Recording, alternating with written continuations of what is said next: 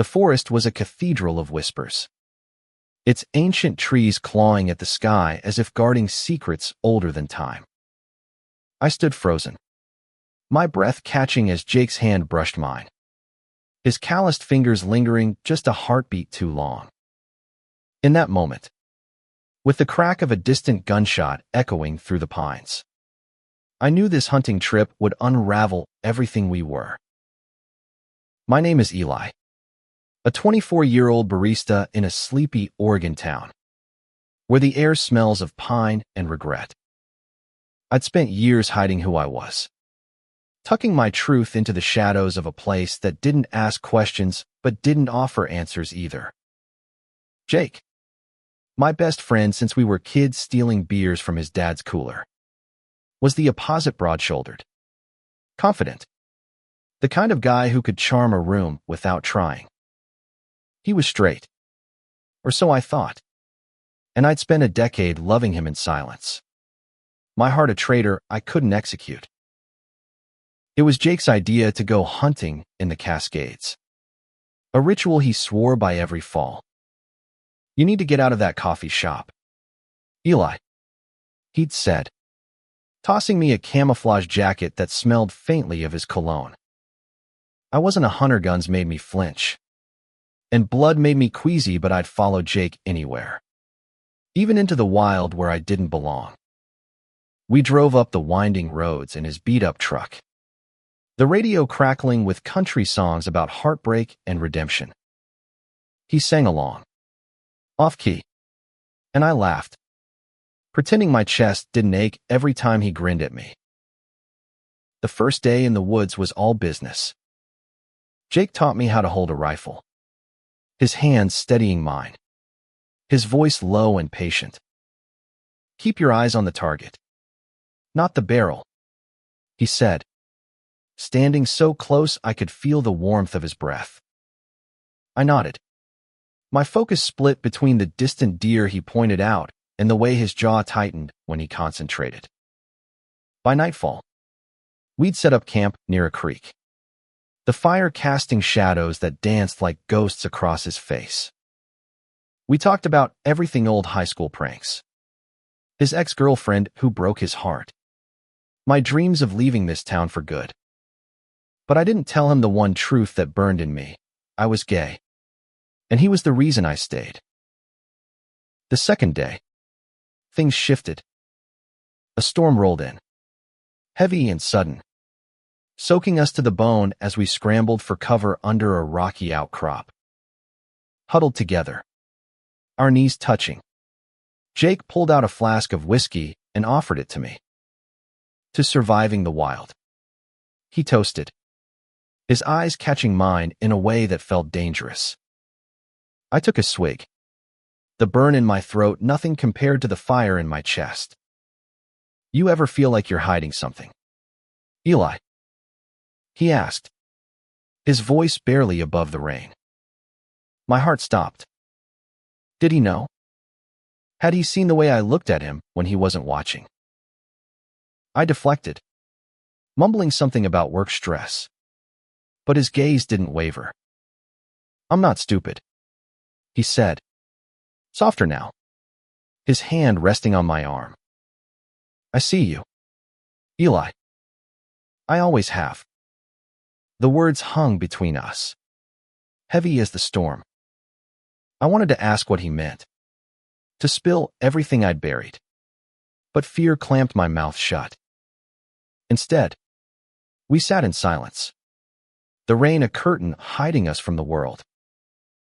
That night, by the fire, Jake told me about his father, a man who'd raised him on hunting and hard truths. He'd kill me if he knew I wasn't perfect, Jake said, his voice cracking. I wanted to reach for him, to tell him he was more than perfect. But I didn't. Not yet. The woods, though, had a way of stripping us bare, and I sensed something in Jake, a crack in his armor, a truth he was wrestling with too. By the third day, the tension between us was a living thing, coiled and ready to strike. We tracked a buck through the forest, moving in sync like we'd done this forever. But when Jake took the shot, the deer didn't fall, it bolted, wounded, and he cursed under his breath. "We gotta find it," he said, his voice tight with guilt. "It's suffering." I followed him, my boots sinking into the mud, my mind racing with questions I didn't dare ask. We found the deer in a clearing, its breath shallow, eyes wide with fear. Jake knelt beside it, his hands shaking as he ended its pain with a knife. I looked away, my stomach churning. But when I turned back, Jake was crying. Not loud, not dramatic, just silent tears cutting tracks through the dirt on his face. "I hate this part," he whispered. "I hate hurting things." I knelt beside him, my hand on his shoulder, and for the first time, he didn't pull away. "Eli," he said, his voice raw, "what if I'm not who I'm supposed to be?" I froze, my heart pounding so loud I thought he'd hear it. Before I could answer, he leaned closer, his forehead resting against mine, and the world tilted. The woods, the blood, the Rhine, it all faded. And there was only us, two broken boys on the edge of something terrifying and beautiful. The moment hung like a held breath, fragile and fleeting. Jake's forehead pressed against mine, his breath warm and uneven, and I felt the weight of a decade's worth of longing crash over me. But just as quickly, he pulled back, wiping his face with the back of his hand, muttering, "Sorry, man. Got carried away." I wanted to scream, to grab him and demand what he meant, but the words lodged in my throat. Instead, I nodded, my voice lost somewhere between fear and hope. We cleaned up in silence, the dead deer a grim reminder of the line we'd almost crossed. Jake busied himself with the task, his movements mechanical, while I stood there, useless, my mind replaying that moment like a broken record. The hike back to camp was quiet, the forest swallowing our footsteps. The storm had passed, leaving a sky bruised with purples and blues. Jake didn't look at me, and I didn't push. But the air between us was different now, charged, like the moment before lightning strikes. I wondered if he felt it too, or if I was just a fool reading too much into a fleeting touch. At camp, we ate in near silence, the crackle of the fire our only conversation. I poked at my beans, my appetite gone, while Jake stared into the flames like they held answers. Finally, he spoke. "You ever think about leaving this place for good, Eli? Like starting over somewhere nobody knows you?" His voice was low, almost like he was afraid of the question. "All the time," I admitted, my eyes on my plate. "But it's not that easy. You leave, you lose everything." I meant him, of course, but I didn't say it. He nodded, like he understood more than I'd said, and tossed a stick into the fire. "Yeah, everything." That night, I couldn't sleep.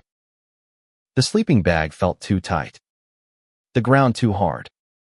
But it was Jake's presence 10 feet away that kept me awake. I listened to his steady breathing, wondering what he was dreaming about, wondering if I was in there somewhere. When dawn broke, painting the sky in shades of pink, I found him already up, boiling water for coffee. He handed me a tin mug, his fingers brushing mine again, and I swear my heart skipped. "Let's try a new spot today," he said, his tone lighter, like he was trying to outrun yesterday. I agreed. eager to move, to do anything that might distract me from the ache in my chest. We hiked deeper into the Cascades, the terrain growing wilder, the trees thicker. Jake was back to his old self, pointing out tracks, teaching me how to read the forest. But every time our eyes met, there was a flicker of something new, something neither of us was ready to name. By midday, we'd spotted another deer, a young doe grazing in a meadow. Jake raised his rifle, then hesitated. "You take it," he said, handing me the gun. My hands shook as I took it, the weight unfamiliar and heavy. "I can't," I said, but he stepped behind me, guiding my arms. His chest pressed against my back. "You can," he whispered, his voice steady in my ear. "Just breathe." I didn't shoot. I couldn't. The doe looked up, her eyes locking with mine, and I lowered the rifle, my hands trembling. Jake didn't say anything, just took the gun back and slung it over his shoulder. "It's okay," he said, but there was a strain in his voice, like he was disappointed not in me, but in himself. We kept moving, the forest growing denser, the air colder. By late afternoon, we were lost, not hopelessly, but enough to make my stomach twist. Jake pulled out a map, his brow furrowed as he traced our path. "We're fine," he said, but his confidence felt forced. I didn't care about being lost. Not really. Being out here with him, away from the world, felt like the only place I could breathe. As the sun dipped low, we found a small cave to take shelter for the night. Jake built a fire, and we sat closer than we needed to, the chills seeping into our bones. "You're quiet today," he said, poking the fire with a stick. "What's going on in that head of yours?" I could have lied, could have brushed it off like always. But the woods had a way of peeling back your defenses, and I was tired of hiding. "I'm scared," I said, my voice barely above a whisper. "Scared of what I feel, what I want." I didn't look at him, couldn't bear to see his reaction. He was quiet for so long I thought he hadn't heard me. Then, his hand found mine, his fingers lacing through my own. "Eli," he said, his voice rough. "I'm scared too." And there, in the flickering light of the fire, he kissed me, a kiss that tasted of whiskey and pine and everything I'd ever wanted. The kiss was a spark in a dry forest, igniting something I'd tried to smother for years. Jake's lips were rough, urgent, like he'd been holding back as long as I had. When he pulled away, his eyes searched mine, wide with panic and something deeper, something that looked like love. "Jake," I started, but he shook his head, pressing a finger to my lips. "Don't," he said, his voice trembling. "Not yet." He stood, pacing the small cave, his shadow jagged against the stone walls. I sat frozen, my heart hammering, trying to make sense of what had just happened. Jake, my straight best friend, had kissed me, and now he looked like he was unraveling. "I didn't mean to," he trailed off, running a hand through his hair. "I mean, I did. But God, Eli, this wasn't supposed to happen." His words cut, but there was no malice in them, only confusion. I wanted to reach for him, to tell him it was okay, but my own fear kept me rooted. What did this mean? Was this a moment? Or was it everything? We didn't talk about it. Instead, we sat by the fire, the silence thick with unspoken questions. When we finally crawled into our sleeping bags, I lay awake, replaying the kiss, the way his hands had trembled against my face. I wondered if he regretted it, if tomorrow he'd pretend it never happened. The thought made my chest ache. But hope a fragile, dangerous thing kept me from falling apart. Morning brought a cold, gray dawn. Jake was already up, packing our gear with a focus that felt like avoidance. "We need to find our way back," he said, not meeting my eyes. I nodded, swallowing the questions that burned in my throat. We hiked in silence, the map guiding us through the maze of trees. Every step felt like a step away from that kiss, and I hated it. By noon, we'd found the trail again, the familiar markers a relief and a curse. Jake seemed lighter, like the forest had given him back his confidence. But I was drowning, caught between wanting to confront him and fearing what he'd say. When we stopped to eat, I couldn't take it anymore. "Jake," I said, my voice shaking, "what was that last night?" He froze, his sandwich halfway to his mouth. For a moment, I thought he'd brush it off. But then he sighed, setting the food down. "I don't know, Eli," he said, his eyes finally meeting mine. "I've been feeling things I don't understand. About you." My heart leapt, but his next words tempered it. "But I'm not. I'm not like you. I can't be." The words stung, but there was no cruelty in them, only honesty. I nodded, my throat tight. "Okay," I said, because what else could I say? I'd spent years hiding my love for him, and now that it was out, it felt like a wound that wouldn't close. We kept moving, the forest a blur of green and brown. Jake tried to act normal, pointing out birds, making small talk, but it was forced. I played along, but inside, I was reeling. He'd kissed me. He'd admitted to feeling something. But he was pulling away, and I didn't know how to stop it. That afternoon, we stumbled across a stream, its water clear and cold. Jake knelt to fill his canteen, and I watched him. The way the sunlight caught his hair, the way his hands moved with purpose.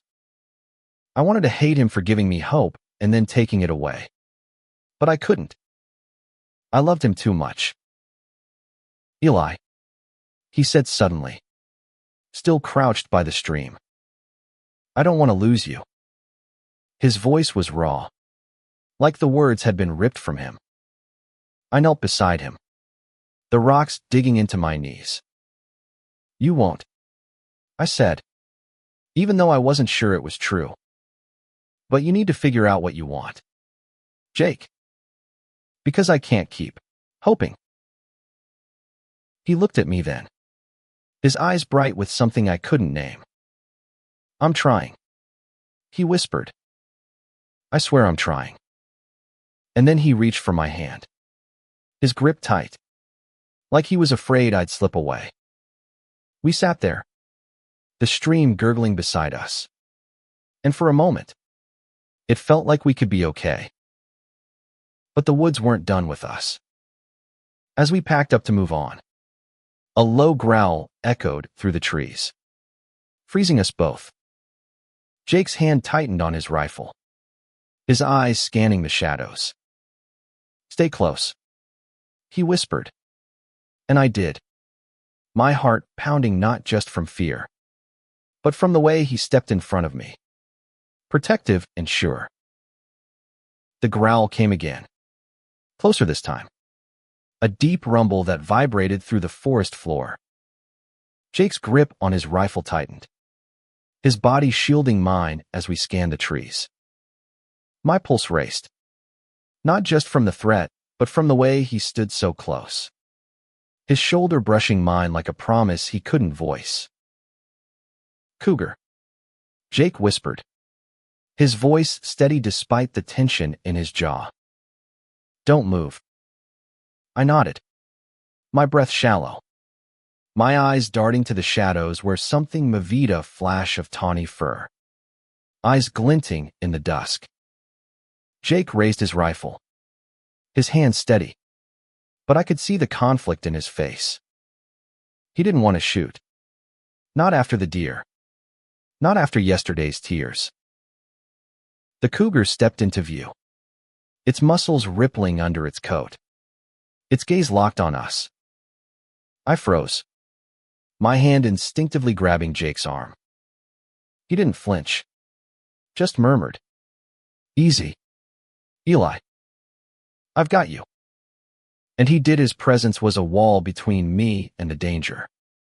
And for the first time, I felt like he saw me. Really saw me. Not just as his friend, but as something more. The cougar didn't charge. It watched us, its tail flicking, then turned and melted back into the trees. Jake lowered his rifle, his shoulders sagging with relief. "Jesus," he muttered, turning to me. "You okay?" I nodded, but my hand was still on his arm, and he didn't pull away. For a moment, we just stood there, the forest silent except for the rush of our breaths. "We should keep moving," he said finally, but his voice was softer now, less guarded. We hiked on, the encounter with the cougar leaving us both shaken but strangely closer. The forest felt alive, its dangers binding us in a way words couldn't. By the time we stopped to camp, the sky was a deep indigo, stars piercing through like tiny promises. Jake built the fire with practiced ease, but his eyes kept finding mine, lingering longer than before. "You were brave back there," he said, tossing a log into the flames. I laughed, a shaky sound. I was terrified. He smiled, a real smile, not the forced one he'd worn all day. "Still brave." We ate in silence, but it wasn't the heavy silence of before. It was comfortable, like we were finding our way back to each other. After dinner, Jake pulled out his flask again, offering it to me. "To not getting eaten," he said, his grin crooked. I took a sip, the whiskey warming me from the inside out, and handed it back. Our fingers brushed, and this time, neither of us pulled away. "Eli," he said, his voice low. "I meant what I said by the stream. I don't want to lose you." He looked at me, his eyes raw and open, and I felt my defenses crumble. "You won't," I said again. But this time, I meant it. "But you need to be honest with me, Jake. With yourself." He nodded, staring into the fire. "I've been thinking about you. A lot. More than I should." My heart stopped, but I stayed quiet, letting him find the words. "I was raised to be a certain way. You know. My dad. This town, they expect things. But when I'm with you, I don't feel like I'm pretending." I swallowed hard, my voice barely a whisper. "What are you saying, Jake?" He looked at me then, his eyes fierce with something that looked like determination. "I'm saying I don't know what I am, but I know I want you in my life. More than just this." He gestured vaguely at the forest, at us, at everything we'd been. Before I could respond, he leaned in and kissed me again, softer this time, but no less earth-shattering. My hands found his face, his stubble rough under my palms, and I kissed him back, pouring every unspoken word into it. When we pulled apart, we were both trembling, the firelight painting us in gold. "I'm scared," he admitted, his forehead resting against mine again. "I don't know how to do this." I smiled, my heart aching but full. "Me neither. But we'll figure it out." And for the first time, I believed we could. We slept close that night, not touching, but near enough to feel each other's warmth. The forest was quiet, as if giving us space to breathe, to hope. When morning came, we packed up, our movements synchronized, our glances heavy with meaning. The trail led us closer to civilization, but I wasn't ready to leave the woods not when they'd given us this. The trail back to the truck was a winding path through the Cascades, each step pulling us closer to the world we'd left behind. Jake walked ahead, his rifle slung over his shoulder, but his usual swagger was gone, replaced by a quiet intensity. I followed, my mind a tangle of hope and fear, the memory of his kisses burning brighter than the morning sun. We didn't talk about it. Not yet. The forest had been our sanctuary, a place where truths could surface without judgment. But the closer we got to the real world, the heavier the silence grew. I wondered what would happen when we left the woods. Would Jake retreat back into the man he thought he had to be? Would I lose him to the expectations of a town that didn't understand us? By midday, we reached a clearing where the truck waited, its chipped red paint a stark reminder of reality.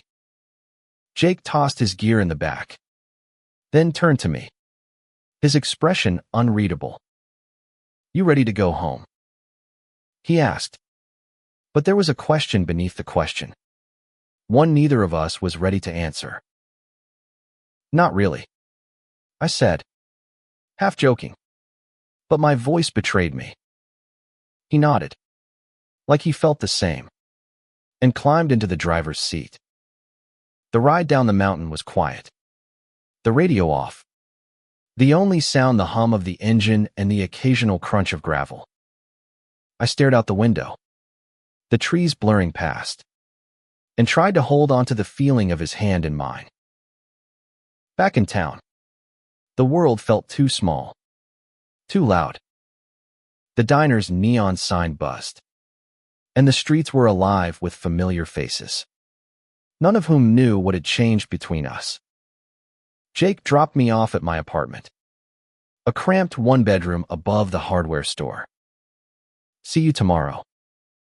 he asked, his voice casual but his eyes searching. "Yeah," I said, forcing a smile. "Tomorrow." But as he drove away, I felt a pang of dread. What if the woods were the only place we could be us? The next day, I went to work at the coffee shop, the routine grounding me even as my mind wandered. Jake came in around noon, his usual order black coffee, no sugar ready before he reached the counter. He looked tired, his eyes shadowed, but he smiled when he saw me. "Missed you," he said, so quiet I almost missed it. My heart skipped, but before I could respond, a customer called me over, and the moment was gone. That night, Jake showed up at my door, a six-pack in hand. "Can we talk?" he asked, and I let him in, my stomach nodding with anticipation. We sat on my couch, the beers untouched, and he told me about his father, how the man had raised him on rules and reputation, how coming out would mean losing everything he'd been taught to value. "I don't know how to be this," he said, gesturing between us. "But I know I don't want to stop feeling it." I took his hand, my voice steady despite the fear. "You don't have to have it all figured out, Jake. Just don't run from it." He nodded, his thumb brushing over my knuckles. And we sat there, the weight of the world outside my tiny apartment fading away. The next few days were a dance of stolen moments, brushing hands at the diner, quiet talks in his truck, a kiss in the alley behind the coffee shop that left me breathless. But the town was watching, and I felt the whispers, the sidelong glances. Jake felt it too, his shoulders tensing every time someone looked too long. One night, we went to the local bar, a place we'd been 100 times before. But this time, when Jake's hand brushed mine under the table, I saw a guy at the bar narrow his eyes. Jake pulled away, his face paling, and I knew he was scared not of me, but of what it meant to be seen. "We should go," he said, and I followed him out, my heart heavy. Outside, under the streetlights, he turned to me. "I'm not ashamed of you, Eli," he said, his voice fierce. "I'm just not ready." I nodded, swallowing the hurt, because I loved him enough to wait. But as we walked back to my place, I wondered how long we could keep this secret, how long we could hide in the shadows of a town that didn't want us. The days blurred into weeks, each one a tightrope walk between hope and fear. Jake and I were something undefined but real, a secret we carried in glances and quiet moments. But the town was a pressure cooker, its judgment simmering beneath the surface. And I could feel Jake pulling back, his fear of being seen outweighing his want for me. We met in hidden places, his truck parked on a back road, my apartment with the blinds drawn, the old mill outside town where no one went anymore. Every touch felt stolen, every kiss a rebellion against the world we lived in. But I saw the toll it took on Jake, the way his laughter grew forced, the way his eyes darted to every shadow, expecting judgment. One evening, he came to my place, his face drawn. "My dad knows something's up," he said, pacing my tiny living room. "He keeps asking why I'm not dating, why I'm different." My stomach sank. Jake's father was a man of iron, a former Marine who saw weakness as a sin. I'd met him a few times, his handshake crushing, his eyes cold. "What did you tell him?" I asked, dreading the answer.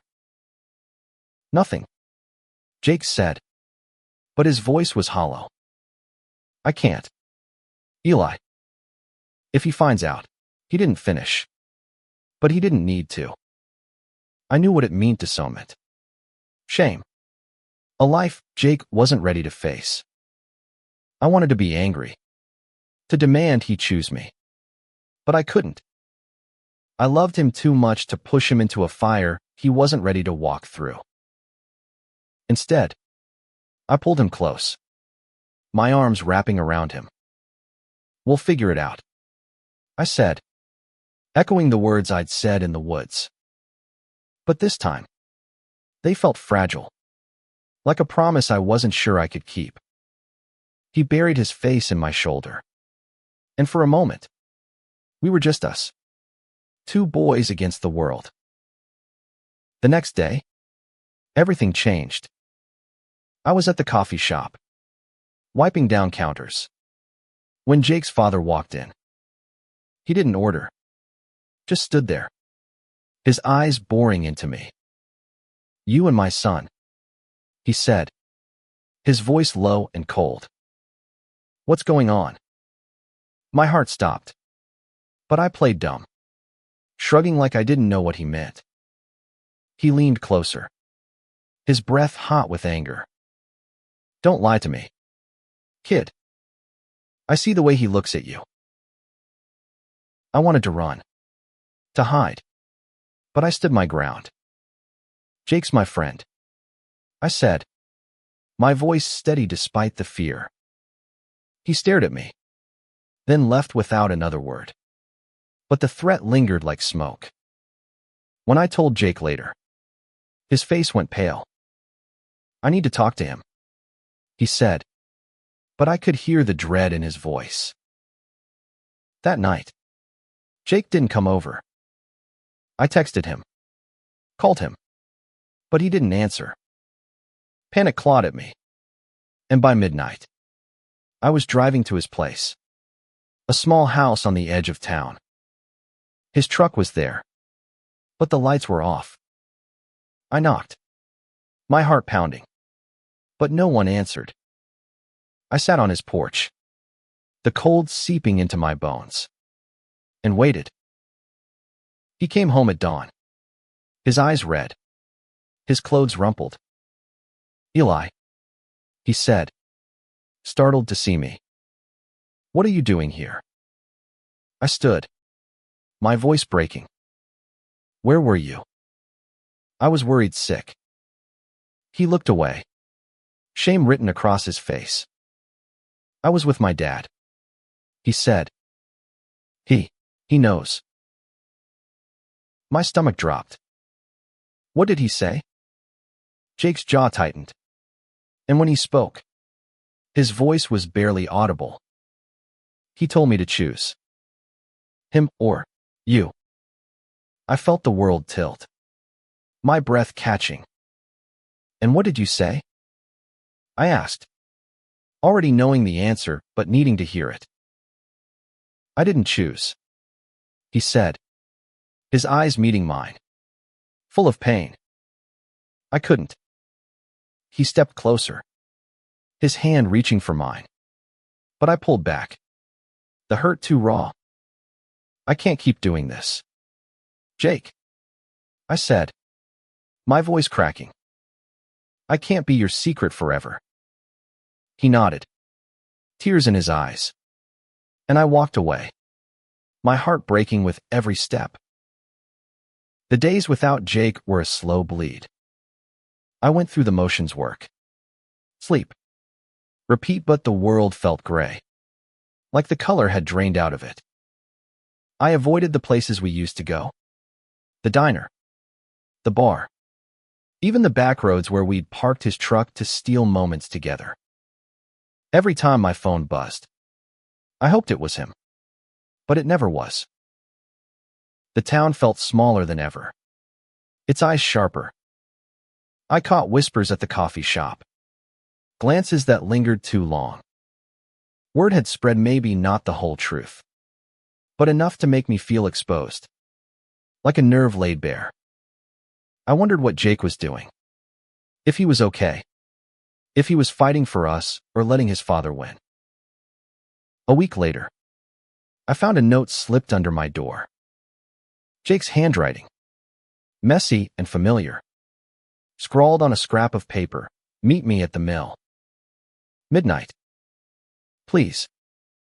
My heart leapt, but fear followed close behind.